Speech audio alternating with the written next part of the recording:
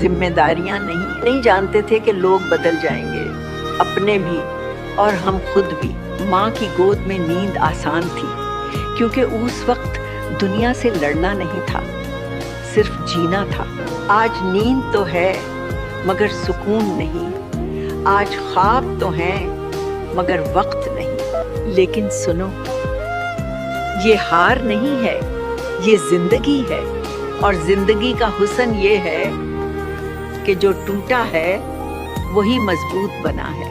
ضروری نہیں کہ زندگی ویسی ہو جیسی ماں کی گود میں سوچی تھی، بس ضروری یہ ہے کہ ہم ہمت نہ ہاریں۔